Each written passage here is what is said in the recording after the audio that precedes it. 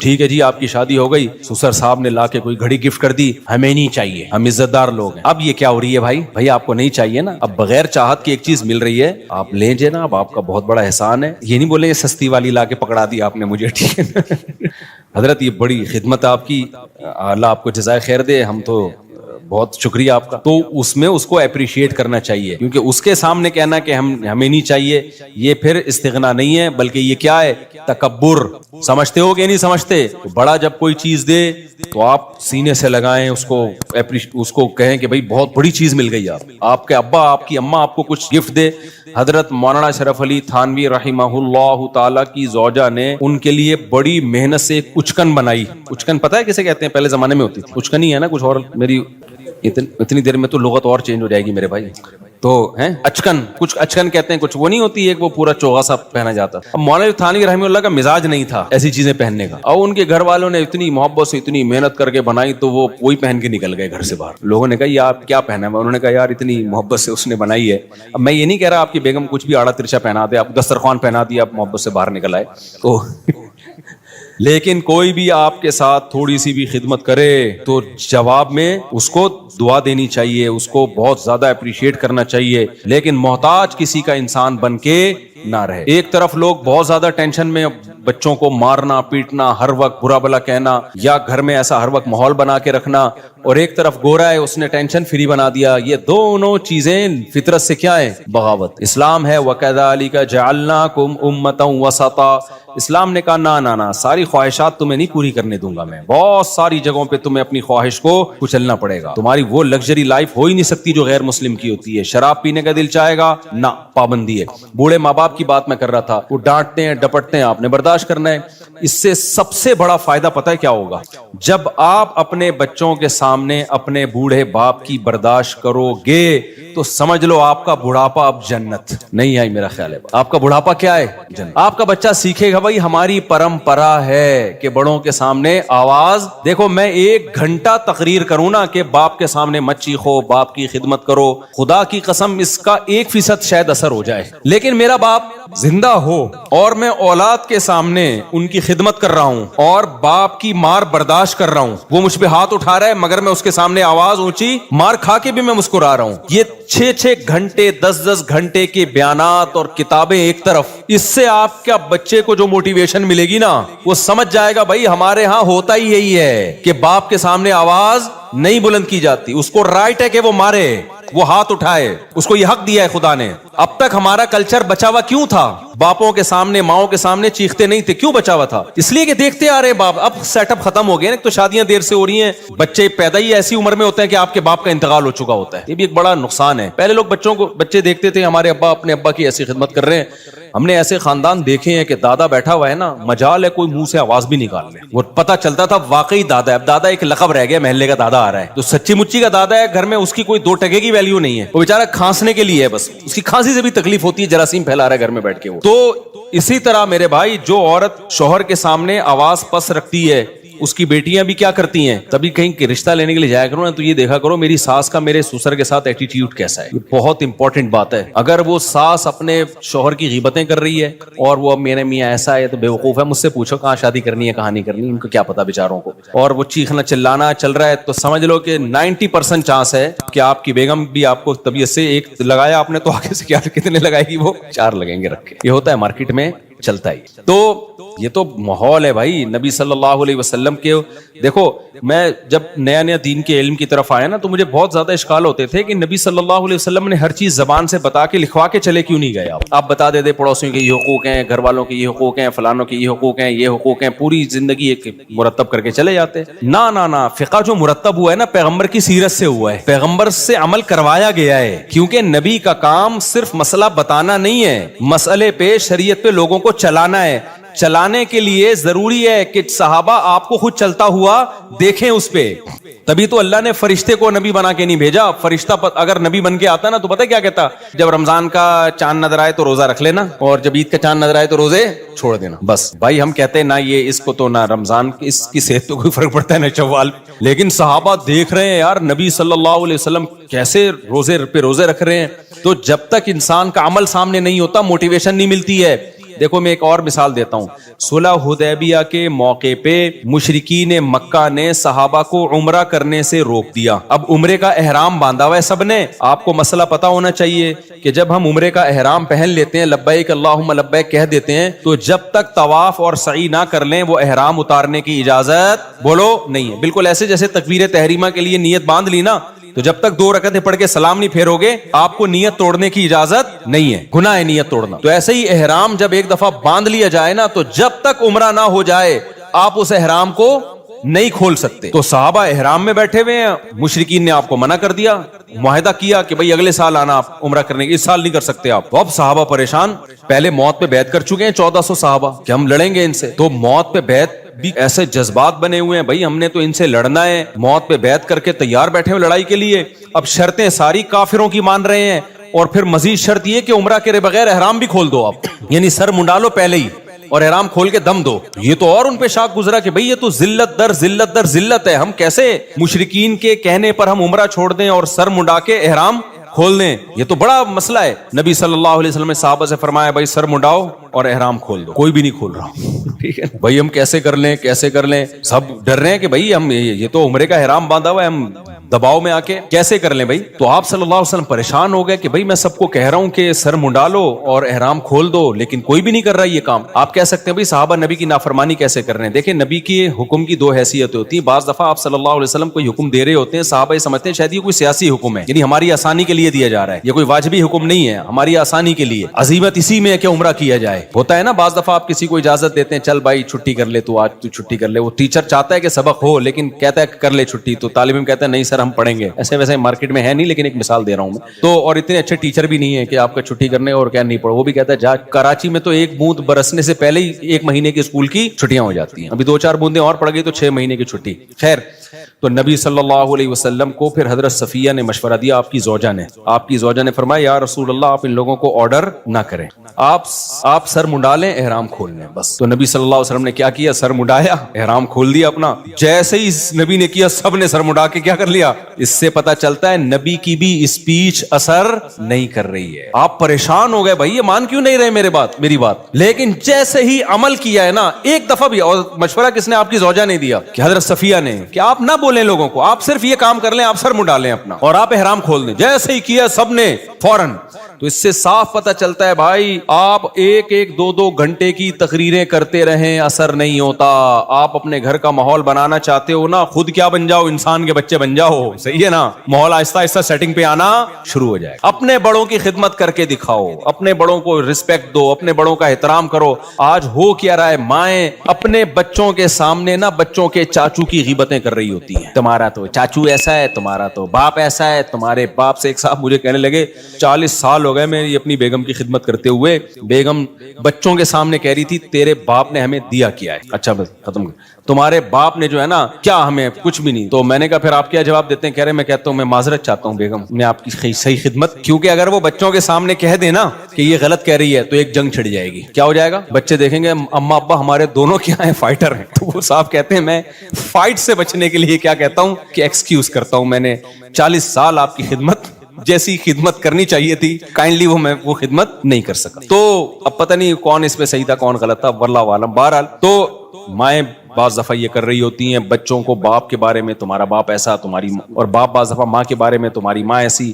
تو خوب سمجھ لو یہ بچہ نہ باپ کا رہے گا اور نہ ماں کا رہے گا. مائیں سمجھ رہی ہوتی ہیں یار ایک اور واقعہ میرے سامنے آیا ہے, خون کے آنسو رونے کا دل کرتا ہے. ایسے واقعات بھی آتے ہیں, ماں بیمار ہوئی ہے نا, اب بچہ ماں کی زیادہ خدمت کر رہا ہے تو باپ کو غصہ آ رہا ہے. باپ بیمار پڑا ہوا ہے, بچہ باپ کی بہت خدمت کر رہا ہے تو ماں کو غصہ آ رہا ہے کہ کیوں ابا کو اتنا کیوں فری کرایا ہوا ہے. بس اعتدال سے رہو, زیادہ غلام بننے کی کوشش. یار تو اپنا بڑھاپا دیکھ لے بھائی, جو بچہ تیرے شوہر کی خدمت کر رہا ہے بیماری میں, جس کو تو کہہ رہی ہے مکھن لگا رہا ہے, چاپلوسی کر رہا ہے, چمچا بنا ہوا ہے, تو خوش ہونا چاہیے کہ کل وہ تیری بھی کرے گا ایسی خدمت. اس کو اس سے باغی بنا رہی ہیں. کتنا بڑا جرم ہے یار, کیسے بے وقوف لوگ ہیں کہ نہیں ہے. تو اس لیے صبر کا مطلب کیا ہے, اللہ نے جو کہا نا کہ صبر کرو, صبر, ان الانسان خلق ہلوعا, انسان جلد باز ہے, اس میں صبر نہیں ہے. تو یہ جو غیر مسلموں میں بے صبری پیدا ہوئی ہے نا, خودکشیاں, وجہ اس کی ہے کہ ان کی زندگی میں پابندیاں ختم. جب پابندیاں ختم تو یہ ان میں صبر کا مادہ ہی ختم ہو جاتا ہے.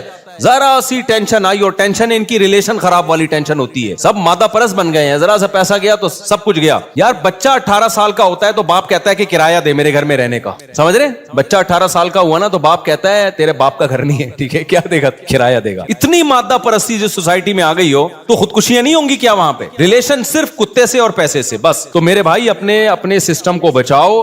اللہ نے ہمیں بہت ساری پابندیاں لگائی ہیں, بہت ساری ٹینشنیں دی ہیں, نظر کی حفاظت کی ٹینشن, باپ اور ماں کی برداشت کرنے کی ٹینشن, بیوی کی کڑوی کسیلی برداشت کرنے کی ٹینشن, عورت کو حکم دیا شوہر الٹا سیدھا ہے, کوئی بات نہیں بھائی, میاں ہے نا سرپرست ہے, تھوڑا سا برداشت کر لو. غلط کیا اس نے تھپڑ لگا کے, لیکن لگا دیا تو آگے سے رپلائی مت کرو ورنہ تمہارا ہی نقصان ہوگا اس میں. تو یہ جو پھر رمضان کے روزوں کی ٹینشن, شراب سے بچنے کی ٹینشن, یہ بہت ساری ٹینشنیں کیا کرتی ہیں, ہمارا جو امیون سسٹم ہے اس کو کیا کر دیتی ہیں, بوسٹ. پھر کبھی زندگی میں کوئی ٹینشن آئی تو اتنی ساری ٹینشنیں جھیلی بھی ہوتی ہیں کہ یہ ٹینشن ہمیں ہلکی لگتی ہے. بالکل وہ ایک جو بدماش تھا نا سعودیہ کے جیل سے چھوٹ کر آیا, مجھے اپنا واقعہ بتا رہا تھا, انڈیا میں بڑی بدماشیاں اس نے کی ہیں. کہہ رہا میں نے انڈیا میں اتنی جیلوں میں مار کھائی ہے, ایک دفعہ سعودی عرب میں پکڑا گیا تھا تو جب وہ مجھے مار رہے تھے تو مجھے ایسا لگ رہا تھا گدگدیاں ہو رہی ہیں. میں نے اس کو پوچھا نا یار تجھے اتنا مارا تو نے راز اگلا کیوں نہیں؟ وہ اپنی کمپنی کو بدنام نہیں کرنا, وہ یہ نہیں بتا رہا تھا میں فلاں کمپنی کا آدمی ہوں, کمپنی سے وفا کی اس نے. دیکھو اس نے کہا کہ اگر میں نے بتا دیا نا فلاں کمپنی کا ہوں تو کمپنی کا تو قصور تھا نہیں, لیکن کمپنی بدنام ہوتی اس کا کاروبار بیٹھ جاتا. کہتا ہے میں نے کہا میں کمپنی کا ملازم ہوں, مار کھاؤں گا, کمپنی کو بدنام نہیں کروں گا, جو میری غلطی ہے میری ہے, میں کمپنی پہ کیوں ڈالوں. اتنی مار کھائی لیکن منہ سے اگلا نہیں. میں نے کہا کیسے برداشت, کہہ رہے ہم عادی ہیں, لیکن اس کا فائدہ کیا ہوا برداشت کا؟ کمپنی کے اونر کو جب پتا چلا نا یار اس نے اتنی مار کھائی, ہماری کمپنی کو بدنام نہیں کیا, انہوں نے کمپنی نے اس کو پارٹنر بنا دیا اپنا. اب وہ ارب پتی ہے وہ آدمی, کروڑ پتی ہے وہ آدمی. سمجھتے نہیں ہو میرا خیال ہے بات. تو یہ جو میرے بھائی اسلام کی پابندیاں ہیں یہ آپ کو کیا کر دیتی ہیں, اسٹرانگ کر دیتی ہیں, مضبوط بنا دیتی ہیں. غموں کو جھیلنا آپ کے لیے آسان, اس لیے انسان کے بچے بن کے جو شریعت کی پابندیاں ہیں اس کو فالو کرو. وَوَصَّيْنَا الْإِنسَانَ بِوَالِدَيْهِ إِحْسَانًا حَمَلَتْهُ أُمُّهُ كُرْهًا, اٹھایا اس کی ماں نے اس کو تکلیف کے ساتھ, وَوَضَعَتْهُ كُرْهًا, اور جنا اس کی ماں نے اس کو تکلیف کے ساتھ, وَحَمْلُهُ, اور اس بچے کا اٹھانا, وَفِصَالُهُ, اور جدا کرنا, 30 شہرًا, یہ 2.5 سال میں ہوتا ہے.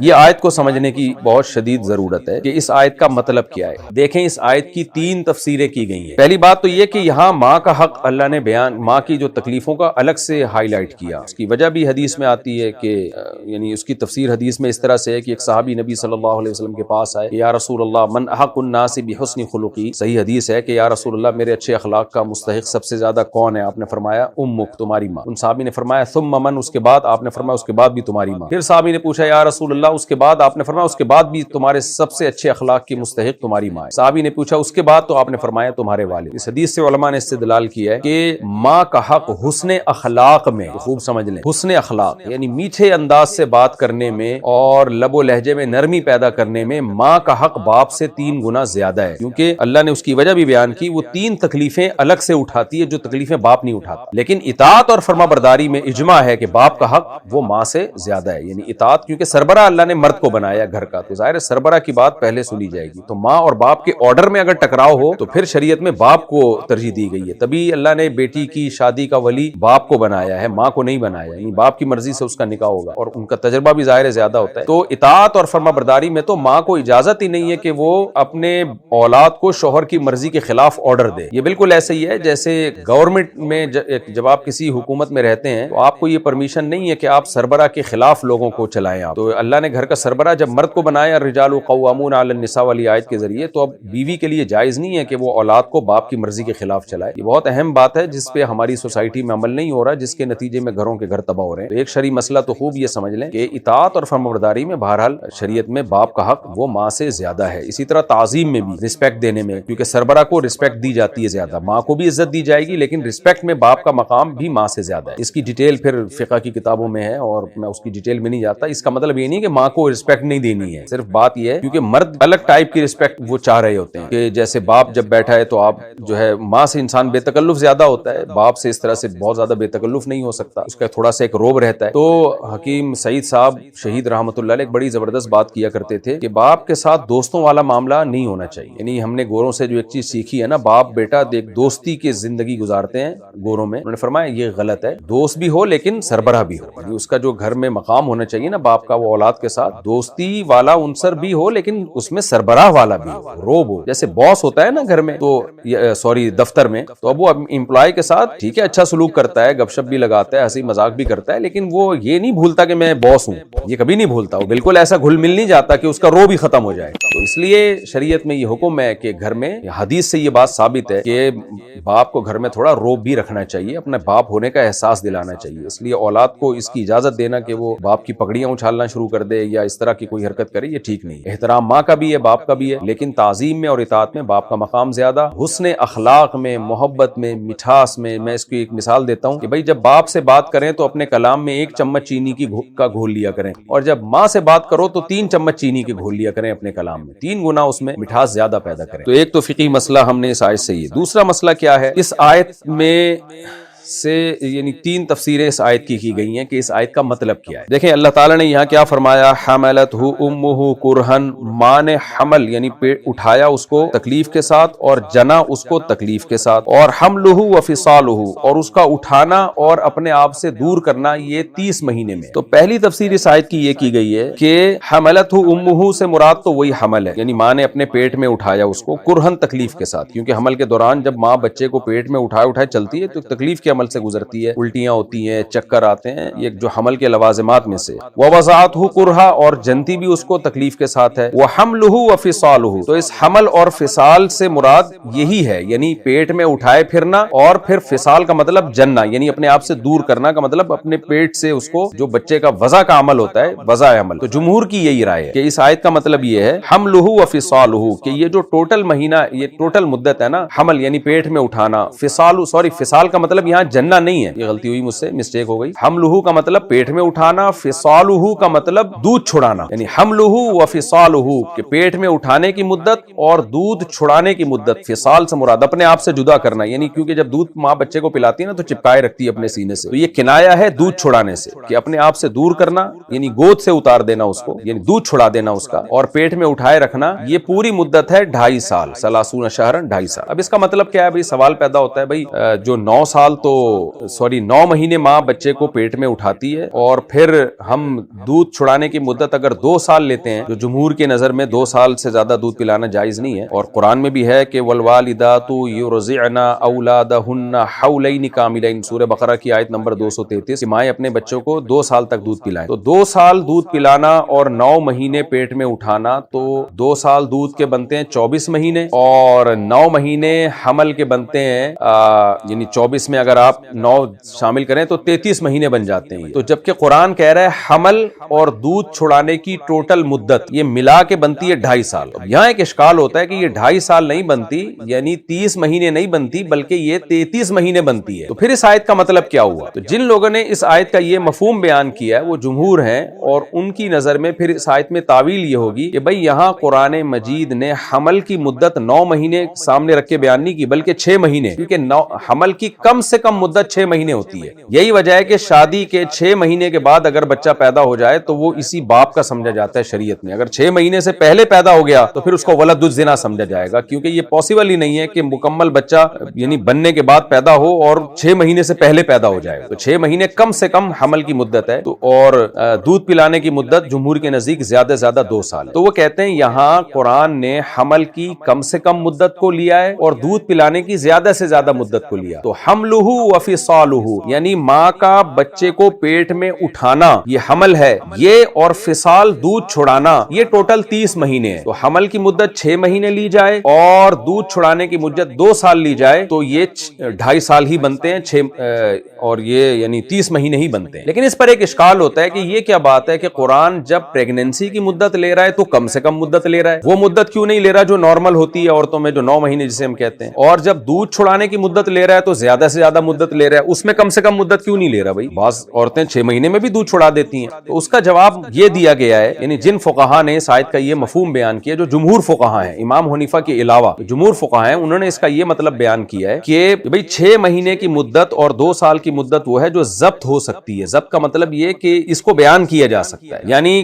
اس پر تقریباً اتفاق ہے امت کا کہ حمل کم سے کم 6 مہینے کا ہوتا ہے. اس لیے قرآن نے وہ مدت لے لی حمل کی جو کم سے کم جس پر اتفاق ہے، یعنی جو اس سے کم حمل کی مدت ہو نہیں سکتی. اور دودھ چھڑانے کی وہ مدت لے لی جس میں نارملی سب عورتیں دودھ چھڑا ہی دیتی ہیں 2 سال، کیونکہ اس سے کم میں کوئی مدت ضبط نہیں کی جا سکتی، کوئی مدت بیان نہیں کی جا سکتی. اگر آپ کہتے ہیں بھائی 6 مہینے میں چھڑا دیتی ہیں تو ہو سکتا ہے کچھ عورتیں 3 مہینے میں چھڑا دیتی ہوں، کچھ 9 مہینے میں چھڑاتی ہوں، کچھ 2 سال 1 سال میں چھڑاتی ہوں، کچھ 1.5 سال میں چھڑاتی ہوں. تو 2 سال وہ مدت ہے جس میں یقین ہے کہ آپ عورتیں اکثر چھڑا ہی دیتی ہیں 2 سال میں دودھ، اور 6 مہینے وہ مدت ہے جس میں یقین ہے کہ اس سے کم میں بچہ پیدا نہیں ہو سکتا. تو اس کو میں یعنی علمی اصطلاح میں یوں کہا جائے گا کہ یہ وہ مدت ہے حمل کی، 6 مہینے وہ مدت ہے جو منضبط ہو سکتی ہے، اور 2 سال وہ مدت ہے جو منضبط ہو سکتی ہے. یعنی یہ وہ مدت ہے جو منضبط ہے، اس کے علاوہ مدت اور جو ٹائم ہے وہ منضبط نہیں ہے. اس لیے قرآن نے یہ 2 مدتیں بیان کی ہیں. یہ ایک قول ہے جس کی وجہ سے علماء اس کی طرف گئے ہیں، جمہور علماء، کہ مائیں بچوں کو 2 سال سے زیادہ دودھ نہیں پلا سکتی، کیونکہ اگر ہم 2 سال سے زیادہ دودھ پلانے کو جائز قرار دیں تو پھر اس آیت کا کوئی مطلب بنتا نہیں. دوسرا قول اس آیت کی تفسیر میں یہ کیا گیا ہے کہ بھائی حملہ و فصالہ کا مطلب تو یہی ہے کہ حمل سے مراد پریگنینسی، فصال سے مراد دودھ چھڑانا. لیکن حمل میں پریگنینسی کی وہی مدت لی گئی ہے جو 9 مہینے ہے، لیکن دودھ چھڑانے کی وہ مدت نہیں لی گئی ہے جو سورہ بقرہ میں اللہ نے بیان کی ہے 2 سال،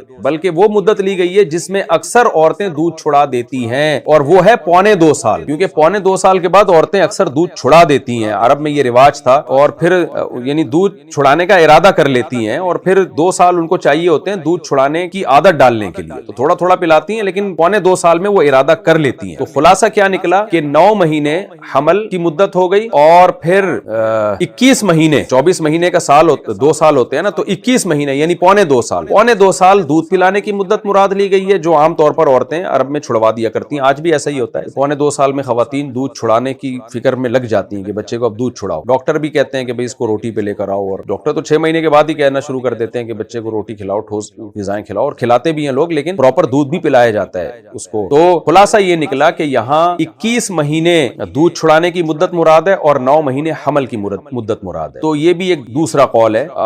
پھر اس کا خلاصہ یہی نکلا کہ حملہ و فصالہ 30 شہرا، اللہ کہتے ہیں پریگننسی کی مدت اور دودھ چھڑانے کی مدت یہ 30 مہینے ہے. تو دودھ چھڑانے کی مدت یہاں قرآن میں 21 مہینے لی گئی ہے، یعنی 1.25 سال، اور یہ اس لیے لی گئی ہے کہ عام طور پر 21 مہینے میں دودھ چھڑا دیا جاتا ہے، یعنی مائیں ایسا کرتی ہیں 21 مہینے میں دودھ چھڑا دیتی ہیں، اور 9 مہینے جو نارملی حمل کی مدت ہے. لیکن امام ابو حنیفہ رحمہ اللہ تعالی کے نزدیک اس آیت کی تفسیر جمہور سے بالکل مختلف ہے. وہ یہ ہے کہ حملہ و فصالہ میں حمل سے مراد گود میں اٹھانا ہے، پریگننسی نہیں ہے. وفصالہ سے مراد گود سے چھڑانا ہے، یعنی حمل سے پریگننسی مراد نہیں ہے. فصال سے مراد تو یہی ہے کہ دودھ چھڑانا، یعنی گود سے چھڑانے کا مطلب دودھ چھڑانے سے کنایا ہے. اور اس کی دلیل یہ ہے کہ بھائی پچھلی آیت میں اللہ نے کیا فرمایا، حملتہ امہ کرہن، اس بچے کی ماں نے پیٹ میں اٹھایا تکلیف کے ساتھ، ووضعتہ کرہا، یہ پوری ایک ترتیب چل رہی ہے، اور جنا اس کو تکلیف کے ساتھ. اب جب جن دیا تو آگے تکلیف ابھی ختم نہیں ہوئی ہے، بلکہ حملہ وفصالہ، اس کے بعد پھر اس کو گود میں اٹھائے رکھتی ہے، پھر اس کو جدا کرتی ہے 2.5 سال میں، یعنی 30 مہینوں میں.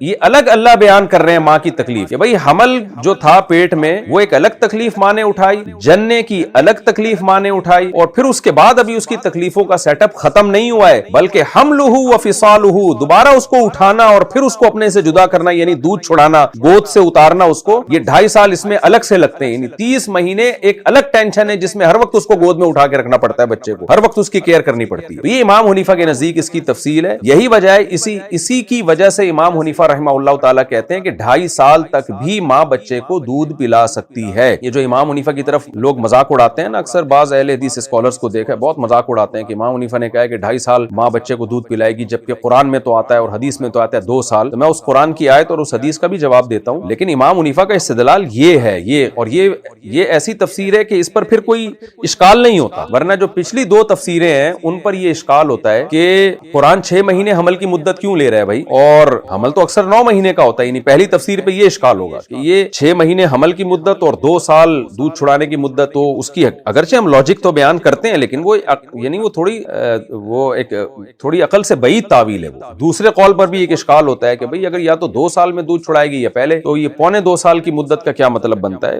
وہ بھی تعویل درست ہے لیکن عقل سے تھوڑی بعید ہے. یہ تیسرا جو قول ہے امام حنیفہ کا اس آیت میں, یہ اس کے ہماری رائے میں یہ بہت ہی جاندار تفسیر ہے اس کی کہ بھئی 2.5 سال جو ہے قرآن یہاں اس اجازت دے رہا ہے کہ ماں 2.5 سال تک دودھ پلاتی ہے, تو اسی وجہ سے امام حنیفہ نے فتویٰ یہ دیا کہ 2.5 سال تک دودھ پلانا جائز ہے. لیکن پھر امام حنیفہ کے مذہب پہ رائے پہ یہ اشکال پیدا ہوتا ہے کہ حدیث میں تو آتا ہے لا رضاع بعد حولین, 2 سال کے بعد رضاعت نہیں ہے, رضاعت دودھ پلانے کو کہتے ہیں. اسی طرح سورہ بقرہ میں آتا ہے والوالدات, آیت نمبر 233 میں والوالدات یرضعن اولادہن حولین کاملین لمن اراد ان یتم الرضاعہ, مائیں اپنے بچوں کو 2 سال تک دودھ پلائیں, یہ اس شخص کے لیے جو مدت رضاعت مکمل کرنا چاہتا ہے. تو وہاں تو 2 سال کی بات ہو رہی ہے. اس کا جواب یہ ہے کہ یہ 2 سال جو ماں بچے کو دودھ پلائے گی یہ وہ 2 سال ہے جس میں ماں پر لازم ہے کہ وہ بچے کو دودھ پلائے اور باپ پر اجرت لازم ہے. یعنی یہ اجرت والی مدت کو بیان کیا جا رہا ہے کہ مائیں بچوں کو 2 سال تک دودھ پلائیں گی. تو جیسے طلاق کے بعد جو ہے نا, اگر ماں بچے کو 2 سال تک دودھ پلاتی ہے تو شرعاً باپ پر ماں کی اجرت لازم ہوتی ہے. تو یہ رضاعت اجرت والی رضاعت, اور حدیث میں بھی آتا ہے لا رضاع بعد حولین, یعنی 2 سال کے بعد رضاعت نہیں ہے, مطلب حق نہیں ہے اب بچے کا, اور لہذا ماں بھی اجرت کی اب مستحق نہیں ہے. اگر وہ پلائے گی تو وہ غریبی ہے, یعنی وہ کوئی اضافی چیز ہے, اس میں بچے کا استحقاق نہیں ہے. اور اس کا اشارہ ہمیں قرآن میں بھی ملتا ہے, یہ صرف تعویل برائے تعویل نہیں ہے. بعض اسلاف سے بھی یہ بات ثابت ہے, یعنی یہ فتویٰ صرف امام حنیفہ کا اکیلے کا نہیں ہے, اور بھی بعض اسلاف اس طرف گئے ہیں, لیکن قرآن میں اس طرف اشارہ بھی ملتا ہے. وجہ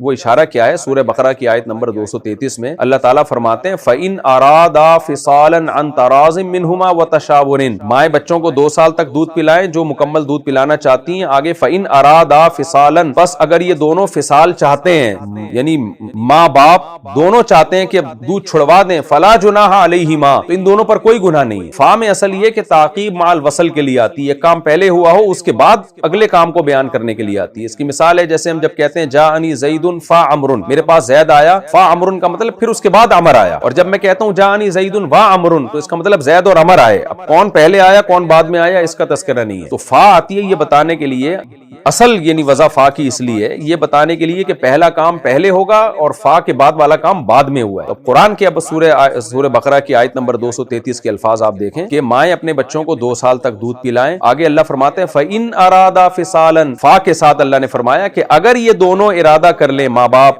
دودھ چھڑانے کا تو اس میں بھی کوئی گناہ نہیں. تو بھائی اگر 2 سال کے بعد دودھ پلانا حرام تھا تو پھر قرآن یہ کیوں کہہ رہا ہے کہ اگر یہ لوگ ارادہ کر لیں دودھ چھڑانے کا, تو یہ ارادہ تو ان کو ارادہ کرنا تو جائز ہی نہیں ہے ان کے لیے. بھائی اب تو دودھ چھڑانا واجب ہو گیا ہے. اس سے بھی اشارہ ملتا ہے کہ مائیں اپنے بچوں کو جو 2 سال تک دودھ پلائیں, قرآن میں صرف اس کا تذکرہ ہے. 2 سال کے بعد پلانا حرام ہے یا حرام نہیں ہے اس کا اس آیت میں تذکرہ نہیں ہے, بلکہ اشارہ مل رہا ہے کہ 2 سال کے بعد دودھ چھڑانے کا وہ ارادہ کر سکتے ہیں. یہ تو قرآن سے دلیل ہو گئی اور اس آیت سے دلیل ہو گئی. اور ایک اور دلیل یہ بھی ہے کہ 2 سال تک تو دودھ پلانے کا ہمیں جواز مل رہا ہے. 2 سال تک تو ماں بچے کو بھرپور طریقے سے دودھ پلا سکتی ہے. امام حنیفہ رحمہ اللہ تعالیٰ کی دلیل یہ ہے کہ 2 سال کے بعد کوئی مدت تو چاہیے نا دودھ چھڑوانے کے لیے. 2 سال تک تو بھرپور طریقے سے دودھ پلانے کی اجازت ہے. تو کیا یہ پاسبل ہے کہ 2 سال تک ماں دودھ پلاتی رہے اچانک چھوڑ دے؟ اچانک چھڑوانا ممکن نہیں ہے. ما جعل علیکم فی الدین من حرج, اللہ نے دین میں تنگی پیدا نہیں کی ہے. تو یہ 6 مہینے دودھ چھڑوائی کی مدت ہے, زیادہ سے زیادہ 6 مہینے, یعنی اس کو موقع دیا جائے گا کہ اب دودھ چھڑانے کی طرف لے کر جاؤ. تو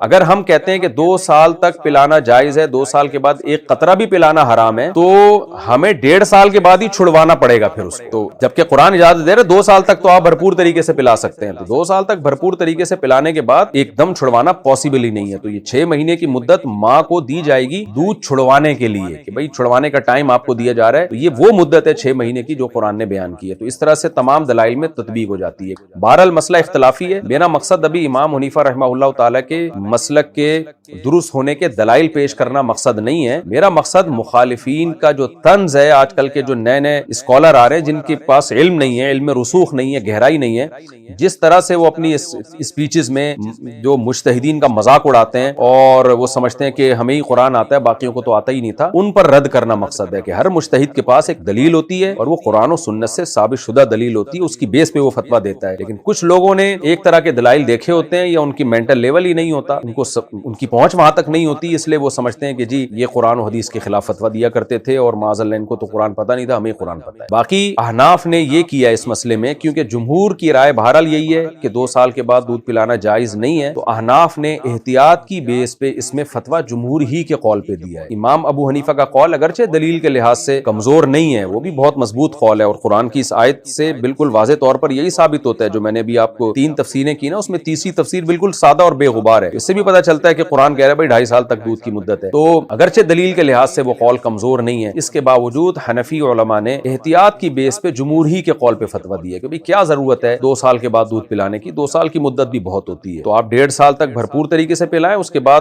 چھڑوانے کی کوشش کریں۔ تو فقہ حنفی میں فتویٰ اسی پر ہے کہ 2 سال کے بعد دودھ پلانا جائز نہیں ہے، عوام کو یہی بتایا جاتا ہے احتیاط والے قول پر عمل کرنے کے لیے۔